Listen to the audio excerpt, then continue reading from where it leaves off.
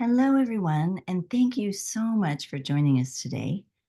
My name's Lisa Levinson, and I'm the campaigns director for In Defense of Animals and the founder of Vegan Spirituality and co-founder of the Interfaith Vegan Coalition. And we are so excited to present our Monday meditations to you. This is a special opportunity to experience some guided meditations through the holidays. It's part of the Love and Thrive for the Holidays program, which is intended to provide emotional and spiritual support for animal activists during this challenging season. We've been providing some resources and also some experiential times together where we're doing deep breaths, we're doing some self-care, and today we have a very special guest who I am delighted to introduce. We have Victoria Moran with us today, and many of you know her as part of the Compassion Consortium, which is a wonderful group that provides a spiritual home for animal activists. And she's also putting together a film, and she's about to launch a new book, Age Like a Yogi. I'm trying to think of things that Victoria hasn't done. She's put together a podcast. She runs an educational school to teach people about veganism and so much more. Many books as well. Such an incredible author. So it's my delight, as I mentioned, to introduce you to Victoria Moran. Hello, Victoria. Oh, thank you so much. And a pleasure always to be in the presence of Lisa Levinson. I know that she's a founder of vegan spirituality, but I think if you looked up vegan spirituality in a dictionary, back when we had dictionaries, there'd be a little picture of Lisa Levinson because she very much exemplifies that. So, what I wanted to do today was think about a concept from someone else that I admired very much. He's no longer with us, Jay Dinshaw, founder of the American Vegan Society. In fact, he founded that back in 1960, hard as it is to believe that somebody could have thought that the US needed a vegan society back then, but he did. And look where we are now. It's pretty cool. So, one of the things that attracted me to the American Vegan Society back when I was but a wee lass of 19 was the idea that it had Ahimsa as its foundation. And I had already been introduced to yoga. And with tying in that Ahimsa, that idea of reverence for life, nonviolence, tying that in with how I would live my life and make my choices, whether it was meal choices or shoe choices or whatever it was such a way to bring the spirituality that I was learning in yoga into actual practice every day of my life. It wasn't immediate for me. Going vegetarian was easy. Vegan took me quite a while. But, as long as we're on the path, I think of it as being like on the moving walkways at the airport. You step on, and it's going to take you at least part of the way. So I hope our few minutes today will help maybe get somebody a little further along their vegan path, or if you're already profoundly vegan, maybe it will help you with a little bit more peace during this holiday season. So let's just quiet down, close our eyes, and take a nice breath, just a sweet inhale. And exhale. And this time, inhale peace. And exhale tension or worry or fatigue or whatever it is you don't need to bring into this quiet time. And finally, inhale love, love, love. We're in the season of love and peace, so let's breathe it and let's live it. And then let's exhale anything that is less than love. we're told that God is love. And there's a wonderful phrase I like from Bill W., the founder of Alcoholics Anonymous. He's using an antiquated pronoun, but let's allow him to be in his time. And Bill W. said, either God is everything or else he is nothing. Well, if God is love, either love is everything or else it is nothing. So I'd like to guide you this morning through some words of Jay Dinshaw, who brought a whole lot of love to this world. And he took that lovely Sanskrit word, ahimsa, nonviolence, non-harming. It's the first moral precept of yoga. And he made it into an acronym that I'm going to share with you and see if we can use some of this as our guides through this time. So the first A in Ahimsa, Jay assigned abstinence from animal products. And this is such a beautiful thing to do because it's so incredibly practical. And when we're not able to go off on a long meditation retreat, or we're not able to give $1 million to an organization, we can abstain from animal products. And this is the most beautiful ripple effect because it means that a certain number of animals, quite a few animals actually, in a year, in a lifetime of a vegan, are spared pain and suffering, premature death. We're also ensuring, I believe the statistic is that 4 more acres of trees will be around every year because we are vegan. We're also helping the food that's being grown on this planet for human consumption to go directly to humans instead of being wastefully recycled through animals. And this abstinence from animal products is helping the planet, lightening the load of water pollution and certainly global warming. And it's also lightening the load on our own arteries and on our own physical bodies. So, A in Ahimsa, abstinence from animal products. H, harmlessness with reverence for life. Now, reverence for life was a phrase coined by Albert Schweitzer, someone that Jay Dinshaw admired a lot. And Albert Schweitzer, Dr. Albert Schweitzer, actually wrote a letter to Jay that Jay cherished. And in it, he said that he was vegetarian and that he was vegan to the degree that he was able to. And we're talking about somebody in the 1950s and 60s in very remote parts of Africa where he went to be a medical missionary. So when somebody says, oh, it's too hard to be a vegan, let's think about him. But Jay's second tool here is harmlessness with reverence for life.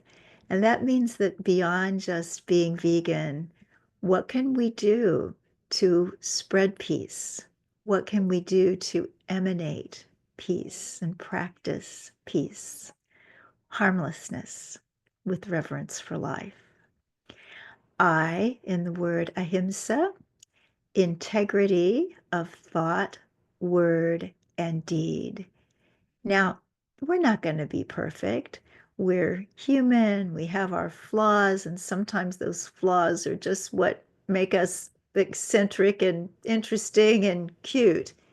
And yet, we need to strive for integrity of thought, word, and deed. And that just means keeping a little eye out. Whoa, what did I just think? Gosh, was that a helpful thought? I can rethink that one. And how about words? You know, the old saying that every word spoken should be kind, true, and necessary. So we probably all talk a lot less if we use that parameter. And then finally, integrity indeed. Certainly our vegan principles, our vegan practices show that integrity, but just integrity, little things. Oops, I picked up this pen. I'm going to take it back. And I know businesses give pens to advertise. It's not stealing that you took the pen, but to just take it back as a point of practice of integrity of thought, word, and deed. M in Ahimsa, mastery over oneself. And here again, Jay is tying in yogic principles with vegan philosophy because the point of yogic spirituality, and maybe a lot of spiritual paths, is that we master the little self, the ego self, that part of us that just wants what it wants. And certainly, as we're here in this time of self care, we take care of ourselves. We give ourselves what we need. We give ourselves a few little luxuries because they light up life and give us the energy to keep on going. And yet, what we want the mastery over is selfishness and smallness and mostly separateness. We want mastery over the separate self as we come to know that we are all connected, that we are all images of the divine, and that we're here to show more and more of that divinity as we go along. S in the word ahimsa, according to Jay Dinshaw, is service to humanity, nature, and creation. There's a word that I have heard come up with since Jay's day, and that's living kind. You know, when I was a little girl, we were told that there was a brotherhood of man. And that sounds pretty archaic now. So we kind of went from mankind to humankind. And that's a big leap. That let in a whole lot of people who were left out of the old word. But if we could expand now from humankind to living kind, all living beings. So they're animals, and we're part of the animal kingdom. There are plants, and even the mineral kingdom. Teilhard de Chardin talked about consciousness and that it's in all life. He said it's sleeping in the mineral, it's awakening in the plant, it is enlivened in the animal to know itself in the human. And I'm not at all sure that enlightenment couldn't come about without a human body. That's some philosophical discussion to be had. I look at a redwood and I think I have a feeling you probably know as much as a lot of gurus, but that is the teaching. And I do get off the path here because we're talking about service, and this is service to everybody. And we want to be real careful with service because sometimes we can overdo. Sometimes we're people who just feel that we're here to serve others, and that's so beautiful. If you're ever in a setting where there's just a lot of people serving, like a hospital where you've got nurses and everybody just showing up and dealing with difficult situations, that's a beautiful thing. But that can also be hard on the person doing the service. So if you honor the service that you do, if you value the service that you do, you must also honor and value the person doing the service. And that would be you. So, what can you do every day to refresh a little bit so you can serve more tomorrow? What can you do every week to refresh even more? Do you keep a Sabbath, a religious Sabbath, or a personal Sabbath? A day where nobody's going to bother you, at least not to the degree that we allow that in the rest of the time. Selfish? Only if you don't do service the rest of the time. So we're going to serve, and we're also going to renew and restore ourselves. And finally, the final A in J's Ahimsa is advancement of understanding and truth. Now, this gets a little bit tricky in the current era when there's a different way of looking at truth. A lot of people are purely science. If the science shows it, then it's truth. But there's different interpretations of that. We know the wonderful scientific illusions that we get from our plant-based doctors, but if you search the web a lot, then you see people who have other ideas about human nutrition, and they say they've got their science too. So they're speaking the truth. So truth, when we're talking about facts, can get a little bit iffy, a little bit tricky. But there is a truth with a capital T, and that's the truth that we know from within. So when you get a sense that something is true, you want to take that into your inner light. You want to shine your inner light on it. And then you might want to take it to somebody you admire and just see what their inner light has to say about it. And then, when you're really convinced that what you've got is truth with a capital T, then it's time to share. Well, I think we know from over 70 years of history and hundreds of years of history of people who didn't codify the word vegan, there has been something shown that is really, really true, and that is this vegan way of life. So, how can we advance that? How can we share that during this holiday season when we're around people who don't want to be told about it? Well, I think the best way we can do that is to just shine our light. I call it attraction activism. It means that you're happy and you're showing up at that potluck with some really good cookies. You're shining your light. And if somebody really wants to know about how you live, you can talk to them privately, not over a dinner when other people are eating non-vegan foods. You just kind of keep it sweet, keep it sacred. Don't just feel the need that advancing understanding and truth means lecturing all the time. Sometimes it just means being there and living up to the highest light you know. That phrase is from another friend of Jay's. Her name was Peace Pilgrim.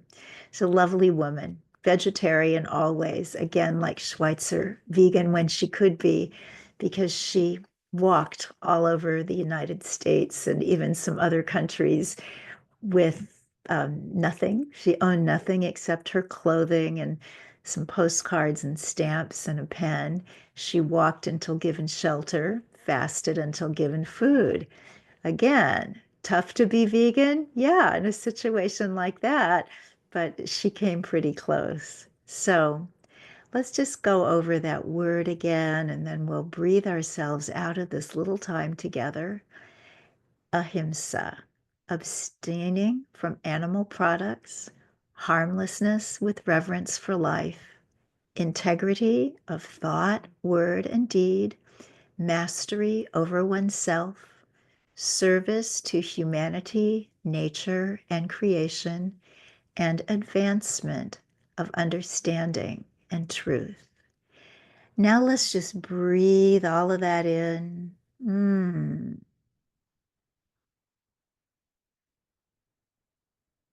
And on your exhale, just feel that idea of ahimsa just flooding your entire being. Inhale and envision yourself as that beautiful phrase from Judy Carmen, Homo Ahimsa. And as you exhale, feel yourself further embodying that Ahimsa ideal. And finally, breathe in again. Breathe in the spirit that you just want to be wrapped up in for this day and this season. And then exhale, really focusing on relaxing your shoulders and letting everything go that you don't need so that you can go out there into the world as a beacon of ahimsa, an example of a vegan lifestyle, and somebody who knows deep, deep within that you are living up to the highest light that you have. Namaste. Mm. Thank you so much, Victoria. Such a beautiful description and embodiment of ahimsa, this dynamic harmlessness brought to us by Jay, popularized by Jay Dinshaw, and also by you and all of your work. I think you exemplify ahimsa, and I so appreciate all that you do and bring to our vegan community. So this was a special opportunity to experience a guided meditation for Meditation Mondays, which we are offering for the Love and Thrive Through the Holidays program that's being put together by the vegan community for all of us. And it's our pleasure, Victoria and myself, to bring this to you today. And we hope that today and all the days of this holiday season, you can have that ahimsa awareness in your body, your mind, and your spirit. So thank you for joining. We hope to see you again on Monday, next Monday, for Monday meditation. Thank you, everyone. Vegan blessings and special thanks to Victoria. It's an honor to do a guided meditation with you.